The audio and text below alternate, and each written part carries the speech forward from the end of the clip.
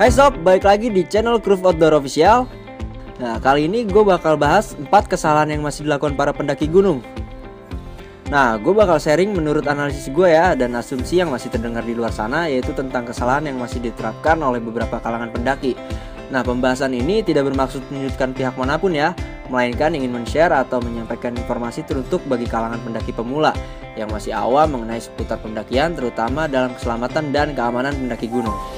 Nah, yang pertama, menggunakan celana berbahan jeans. Gue hanya ingin menyampaikan ya sob, kenapa ini termasuk kesalahan. Secara umumnya sih 99% pendaki tidak menyarankan penggunaan celana jeans dalam mendaki gunung.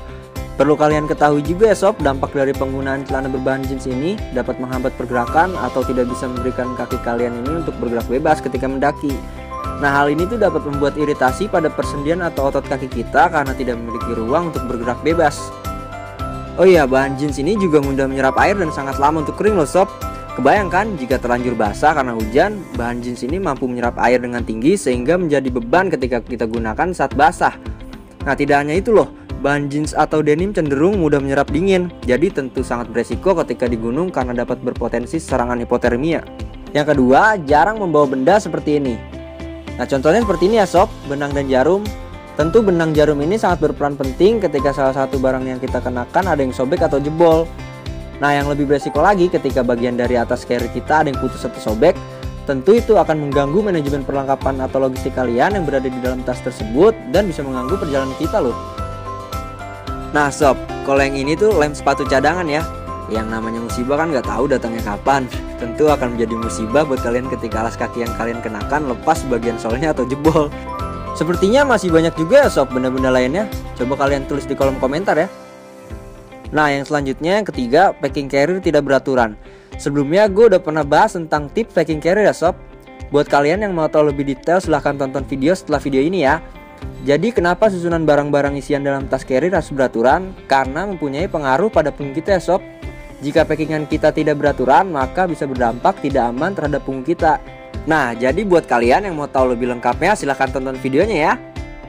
Nah, yang keempat, yang terakhir ya sob, masih tidak aware dengan hipotermia.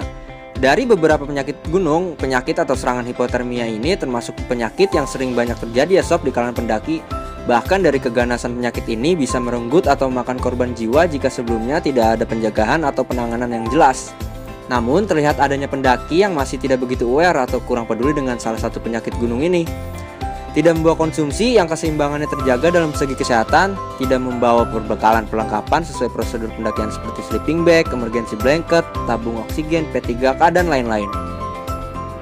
Oke sob, itu tadi sharing dari gua mengenai 4 kesalahan yang masih dilakukan pendaki ya. Gue bermaksud sharingnya sob tanpa menyudutkan pihak manapun. Jika kalian ada masukan atau tambahan seputar pembahasan tadi, coba kalian hiasi kolom komentar di bawah ini dan sebarkan hal positif kepada para viewers. Akhir kata, gue ngucapin terima kasih banyak sudah bergabung di pembahasan kali ini. Seperti biasa, gue minta kalian untuk bantu support channel ini ya sob. Dengan apa? Yaps, betul. Klik subscribe, jangan lupa aktifkan loncengnya. Like dan share informasi ini ke teman-teman kalian ya sob. Gue Fadli, pamit undur diri sampai jumpa di next video. Bye.